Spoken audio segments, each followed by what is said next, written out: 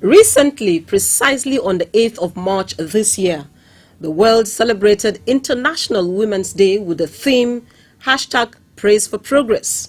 The day is set aside every year to celebrate the social, cultural, economic and political achievements of women across the globe. The day focuses on unity, equality and advocacy. While it may not be possible to achieve gender parity overnight, the good news is that across the world, women are steadily making positive gains in all spheres. Welcome to Corruption Must Go, ICPC's weekly television program. My name is Murna Barnabas Atiai. Today on the program, we are looking at women and how corruption affects them. Also on our menu, we shall bring you an update on anti-corruption stories, drama, ethics and values, and more. But first, let's join Joy Aja for anti-corruption stories.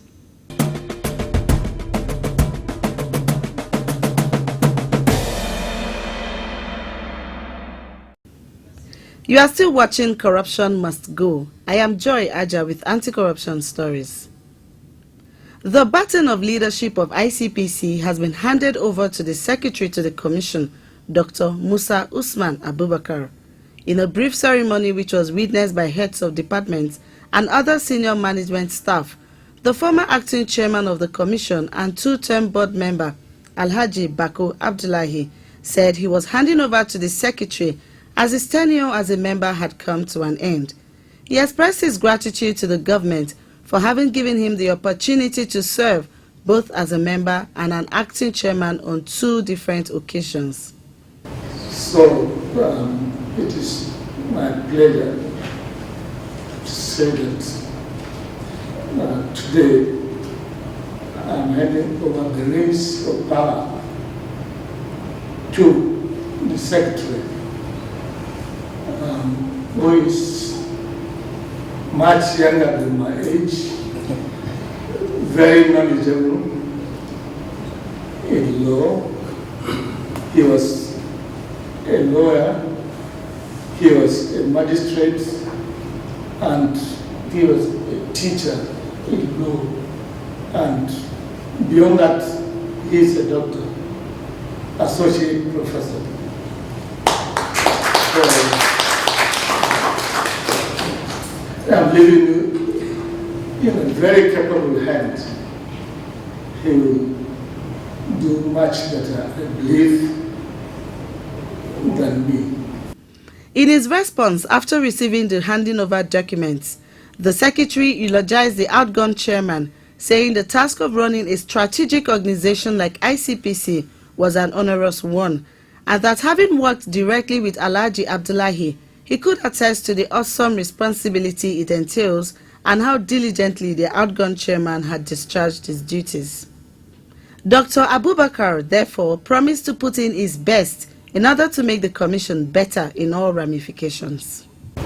We are glad that the outgone acting chairman had actually put in place some measures to reposition the commission, and with that, I promise to build or continue from where he stopped, to ensure that the ICPC actually goes back to its original place. An official of the Federal Roads Maintenance Agency, FEMA, Mr. Anthony Odoma, has been arraigned before Honorable Justice A.O. Idong of FCT High Court 35, sitting in Zuba, by ICPC, for allegedly awarding a contract to a company in which he was the director and a shareholder. Mr. Odoma, who is Chief Technical Officer Highways with the Federal Ministry of Works, Power and Housing, was arraigned on a one-count charge bordering on holding a private interest in a contract awarded to Odoma Investment Limited by FEMA for the repairs of failed sections of Damaturu Bill Road worth 12 million naira, a contract that is indirectly connected to his office. After the charge was read to him, the accused entered a not guilty plea. His counsel, Mr. J.E. Adegizi, pleaded with the court to grant his client bail in liberal terms pending the final determination of the case. However, in a swift reaction, ICPC counsel John Paul Okwo prayed the court to grant bail under conditions that would compel the defendant to attend trial. Having listened to the submissions of both parties, the trial judge therefore granted bail to the accused in the sum of 2 million naira and 2 sureties in like sum, who must be civil servants in the Federal Civil Service, not below grade level 14, and whose identities must be established. Mr. Udoma was remanded in Kuje prison pending the fulfillment of his bail conditions, while the case has been adjourned to March 21, 2018 for commencement of hearing. If convicted, the accused shall be liable to 7 years imprisonment.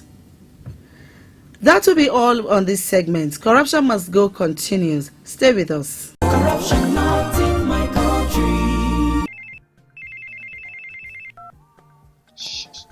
Hello, Alhaji. Right now I'm in Abuja. No.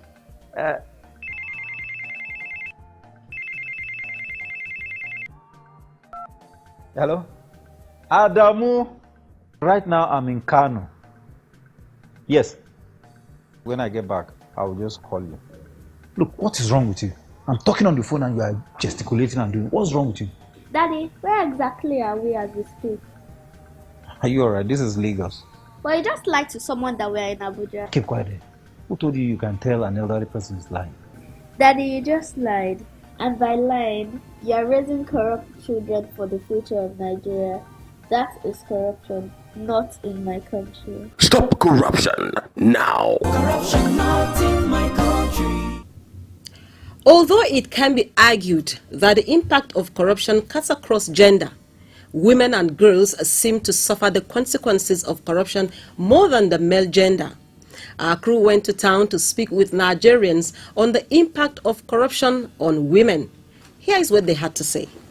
The idea of building a home, the responsibility of building a home rests on both the mother and the father. So at the time of getting married, you are supposed to bond and know yourselves. So if a wife does not know her husband, that is where the problem starts from. So if as a wife, you know that my husband has these tendencies, you start working towards it, work at it. Bros, this thing you are doing, find a way of curbing it, find a way of stopping it. So before even the children start coming, those things have been taken care of ordinarily before the children start coming, so that by the time the children start coming, both of you are on the same page. Both of you will be on the same page with respect to bringing up the children properly. So you will not give, a mother will not give a child an instruction, okay, maybe a child brings a pencil that is not his own from school. And the mother sees and says, tomorrow you must return this pencil to the owner. And the father says, is it not just a pencil, leave him alone now. We are not on the same page. We are not.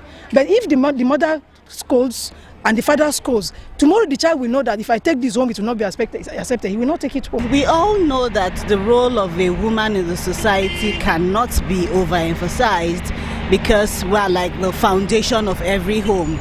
If a home succeeds, like they say, it's on the woman.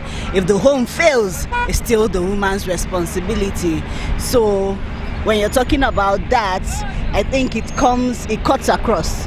So it doesn't just end in the house. Okay, I teach my child, if you're a girl child, you should know how to wash dishes and cook good meals and all of that. If you're a male child, you should wash the car when you wake up in the morning, clean the sitting room. Do you understand? Be courteous, greet your elders when you see them. It goes beyond that. Do you understand? Like I said, when defining corruption, it's whenever you're caught in a wrong act, you're being corrupt. Because if I tell my child, come, whenever you see somebody's money kept on the table, don't take that. In simple language, we call it theft, right? But even the act of asking for something, to be able to do something for someone, is a corrupt practice. I come to your office, for instance, and I need to see your boss. And you say to me, madam, to be able to see my oga, you must give me 200 naira. Or you should give me 200 naira. It's not a compulsory task, but you have to drop 200 naira so that I can tell my boss that you're here. What transport are you paying for? Do you understand? So these are some of the things I would tell our children. A good deed cannot be returned in cash. It's not necessarily monetary, because whatever deed you carry out will not necessarily pay you at the point where you're carrying out those deeds. It could wait for you in the future.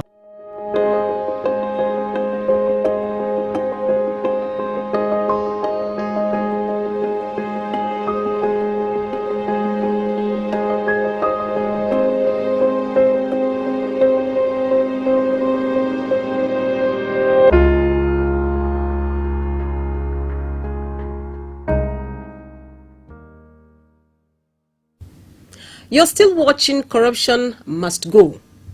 According to a working paper of Transparency International titled Corruption and Gender in Service Delivery, the unequal impact corruption undermines attempts by countries to tackle poverty and gender inequality.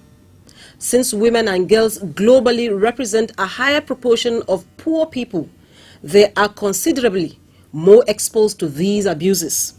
At the same time, the systemic discrimination that poor women and girls face in education, justice, healthcare, employment and control of assets is only deepened when corruption is the currency for access. Research on the impact of corruption on service delivery noted that some forms of corruption in public services, such as health or education, are specific to women and girls. Sexual harassment, exploitation, and the use of sex as a form of payment in return for public services are some of the specifically gendered forms of corruption. Systems failures also make women vulnerable to corruption. In the health sector, due to their greater need for health services, especially during their reproductive years and their greater reliance on public service provision, women are more exposed to the effects of corruption in health systems and the resultant impact on the quality of services. Let's hear what these women have to say. As a matter of fact, I'm sure nobody would dispute the fact that women are more affected, when it comes to the issue of corruption, because women are homemakers. And we know that with corruption, we have scarcity, we have inflation, we have poverty, we have so many resultant effects, which invariably affects the woman as the homemaker. She has to source for means of keeping the home going, come what may.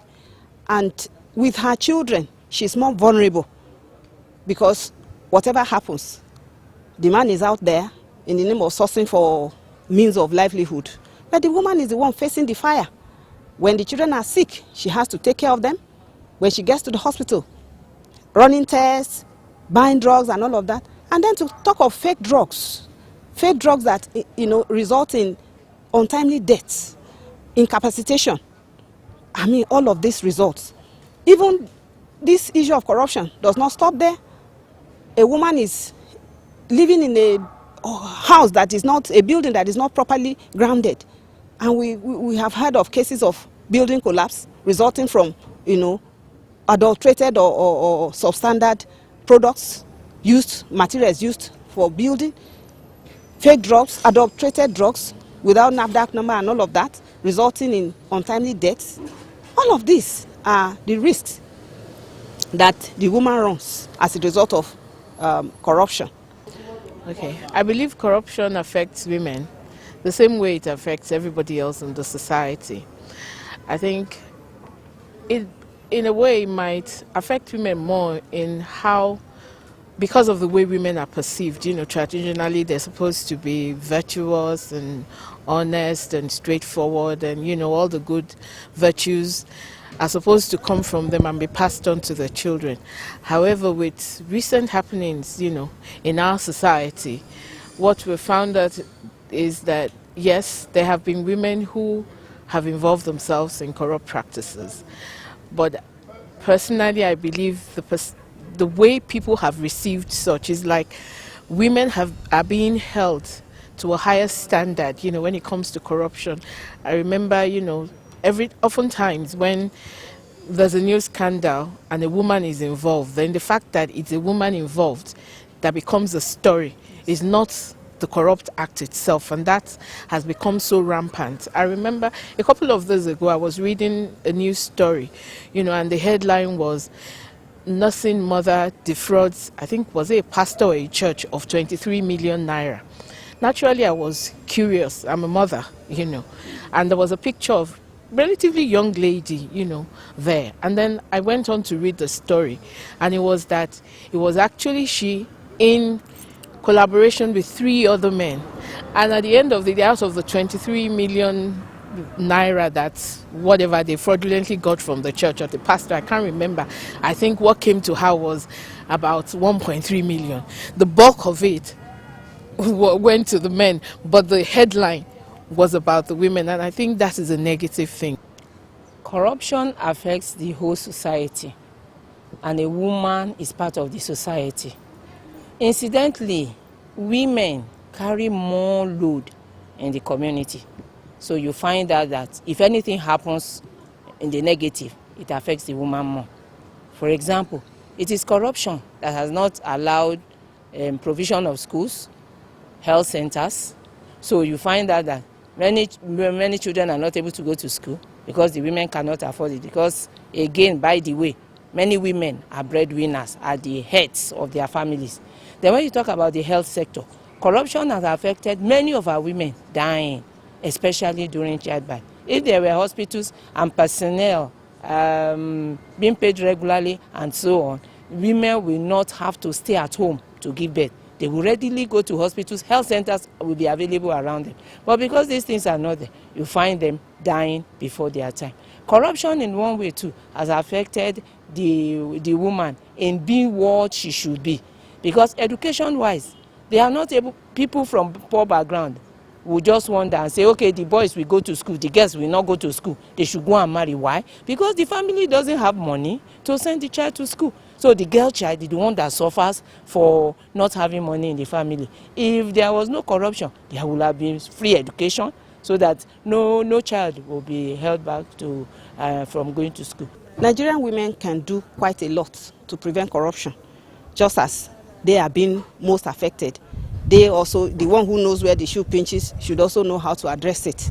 And this begins from the home. The home is the cradle. When the woman is able to bring up her children in the fear and nurture of the Lord, of course, she herself must also have the fear of God, and then bring them up in family values, such as hard work, such as honesty, such that even when the children themselves are out, or even the husband, she must not put pressure on her husband, knowing his capability, knowing his ability, knowing his source of income and all of that. So she can do a lot to help in this issue of curbing corruption. The only thing I can say, work on yourself, In NOA, we've had this recurring thing. Before the change begins with me, we had the do the right thing, that we were doing in NOA. That used to be, that was our mantra before the change begins with me. The truth is, change begins with each and every one of us. You do the right thing. You can't really, I can't control what you do. Even if you were my child, even if you were my mother, my sister, I can't control, but I can control what I do. And if I find myself in a situation everybody is doing, and you find that the most often times when a woman is involved in this is because corruption is rife around her. You say, well, everybody else is getting away with it, I might as well join in. And the truth is about a society, if you do not join in, then you become the villain. It's not the people who are doing the wrong thing. You who are trying to do the right thing become the villain. Then it's like you're trying to be holier than thou. Who do you think you are? And deliberate efforts will actually be made to bring you into that thing. So you really, really need to be strong mentally, physically. You have to be the kind of woman who would stand for herself even when nobody is in support, that look, this is wrong and I don't care what anybody else says. I am not going to do this. The first thing we should do is to realize that we can contribute in our own way to improve both the economy and the standard of living. If we see ourselves as being relevant, it will go a long way to us contributing to whatever goes on in the community. That's one. Number two, we are the like the nurturing force in the family. So we should nurture our children. As they grow up with us more. They stay with us. We are the ones breastfeeding them, teaching them the first words and all that. We should start teaching them from small that corruption is bad, that corruption kills, that corruption destroys. And then they should also be role models that these children can see and say, my mother is very transparent, very honest, very truthful. I want to be like my mother. So when they are like role models, they are able to also prevent corruption. And then they should be positive influence on our men. We know that the African culture does not give strong voice to the woman, but we are saying now that times are changing and we need to develop ourselves to a level that we can positively influence our men, influence our youth so that they don't go the wrong way. And then when we see a man coming home with something we know he is not entitled to, the woman should ask a question, Oga, where did you get this one?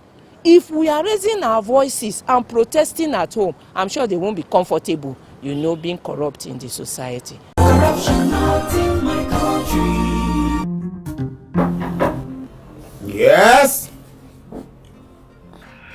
Good day, sir. Good day. Sir, I'm here in line with my score in the last final exams. What about your score? You gave me 25%, sir.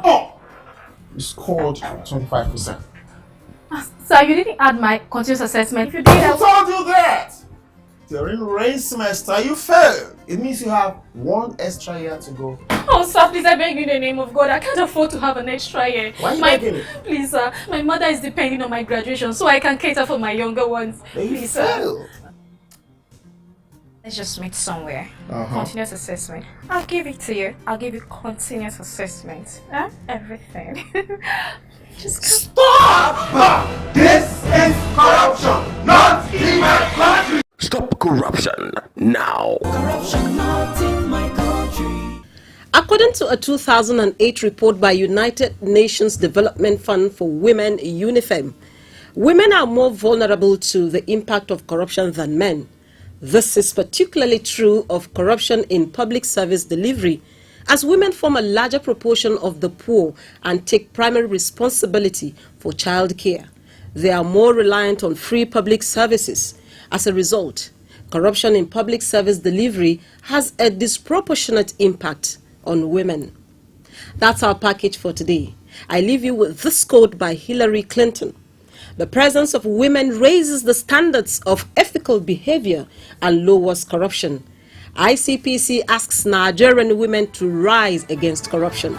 See you again next week, and bye for now.